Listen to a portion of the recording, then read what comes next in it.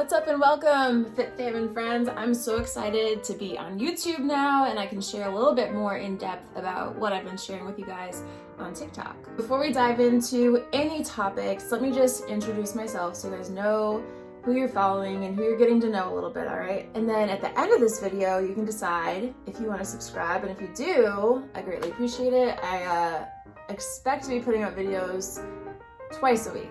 That's a stretch, but that's the goal for now. My name is Courtney Standridge. I'm a parent. So cut to the chase and then I'll backpedal a little bit. So I'm a certified personal trainer. I was training people before that, and to be honest, I was like, I don't know why I need a certification to do this, but now that I am certified and I see other people who are not certified giving fitness and health advice, now I understand. You really do need to have a good understanding of the anatomy, how the muscles work together, modifications, mobility, how that plays into progressing, but also understanding, macronutrients and how everybody is different. And you're always learning, science is always changing. So yes, I'm a certified personal trainer, certified in habit change, helping you break your old habits and build new ones slowly. I'm certified in primal flow, which is MACE training, advanced kettlebell skills. Right now certified in Reiki 1, which is energy healing. In 2021, I plan to be certified in sports nutrition and also Strong First, which is the most prestigious kettlebell certification in the world. So now that you know my qualifications and my certifications, I want to give you a little bit about my past experience because that has all fed into why I'm doing this now. Well, I developed an eating disorder at age 9, and it was pretty much because when I was entering, the 5th grade, my pediatrician, he looked at the BMI chart and he said I was obese. I was already like 5'5", and I was about 118 pounds. So for me, looking back at that now, that's not bad. That's why I encourage my clients not to look at a BMI chart, because it doesn't give you a lot of information. Look at some of these football players. I mean, they're wide and they're all muscle. You can't put a number on that muscle and call it fat and weigh it against someone's height. Going forward from there, I had people in my family who would always make comments on how certain things look on me, how I looked in my cheer uniform when I was in middle school, how I looked in my swimsuit when I was in high school because I was a swimmer. So little things here and there built up this feeling of I don't look good enough, and I wasn't educated. I didn't know what to do to look better. So my solution was starve myself, and that was about it. I would eat at home in front of my family, just the bare minimum, and I would always tell my friends, I'm full or I don't feel good, and I wouldn't eat in front of people, in my circle. That's how everything got started. Now, as I got older, I started, dealing with some bullying. It was more so just related to my appearance. When I was in high school, I was in a very toxic relationship to the point where I had to have a restraining order. Getting out of that, was the first time I had a circle of friends. The people that I was working with invited me into their circle, and I began drinking a lot and smoking heavily. And I realized that doing those things was also helping me stay or maintain this smaller weight. I'll show you a picture here. Believe it or not, in this picture, I thought I was fat. So that'll kind of give you I have body dysmorphia. And I still do, but it's something that I'm glad I'm aware of.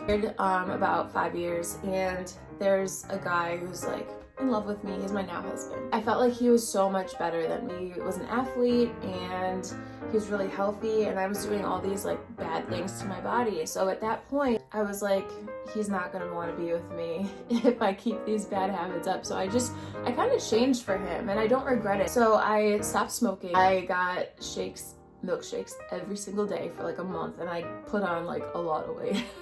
Because when you're a smoker, it's you want that oral fixation. So having a straw in my mouth all day felt really good. That was a struggle for me, and I was Googling and researching best ways to lose weight, and that's honestly where I got started, is all my research and trying to figure out what was going to help me lose weight.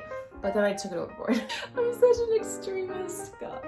So I began running every day, sometimes multiple times a day. Sometimes I would eat something and then go for a run to punish myself. Sometimes I'd keep a journal of everything I was eating throughout the day, track how many calories it was, and this was I don't know. I didn't want to use my Fitness Pal. I don't know why. But I would track how many calories it was, and then I would go for a run and make sure I burned more than that. So this right here is a result of that, and you can see how like sick I was. You guys, when I tell you I'm sick, I'm like 145, 150 pounds on like a normal day. I was 110 pounds here.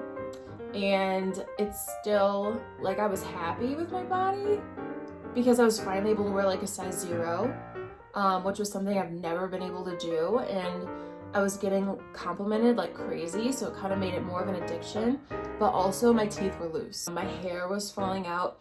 I had to wear huge headbands like this because I had like so many bald spots on my head from being malnourished. Reversing from that mindset has been something that really taught me a lot.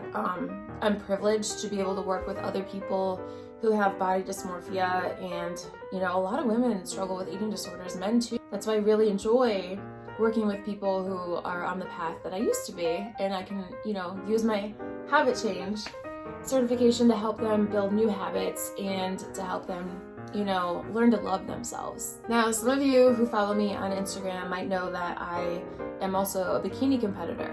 I should say was. Being a bikini competitor brings a lot of attention because while you're going through your prep, your body's changing so fast, and you begin to like reveal like really lean muscle. And the muscle's always there. Like you can see I have muscle here, but I also have some fat on top of it. That's okay.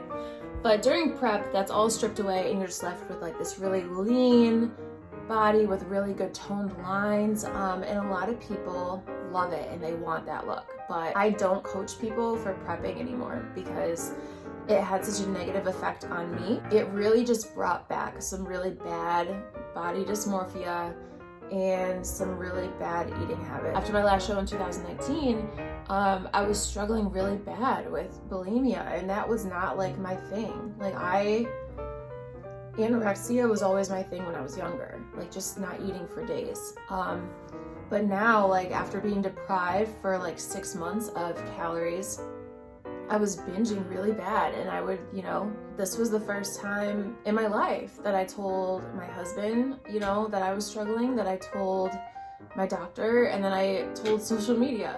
Honestly, that's like, it's hard. It's hard to open up about your life, but I've learned that it's helping other people. It helps me too to see that I'm not alone.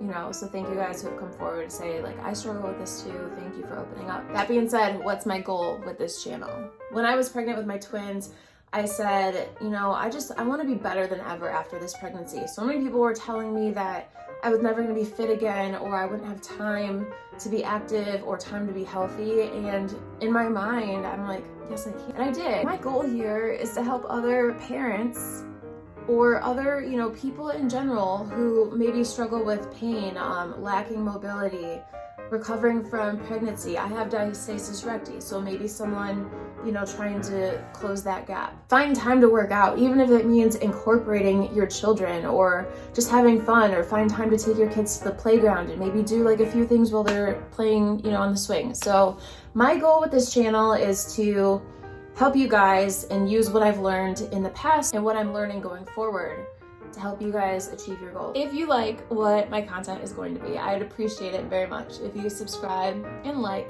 and share with your friends who you think might benefit with this too. And it would do me a huge favor if you leave a comment below and tell me something you're struggling with now so that I can post about it later. Thanks, guys.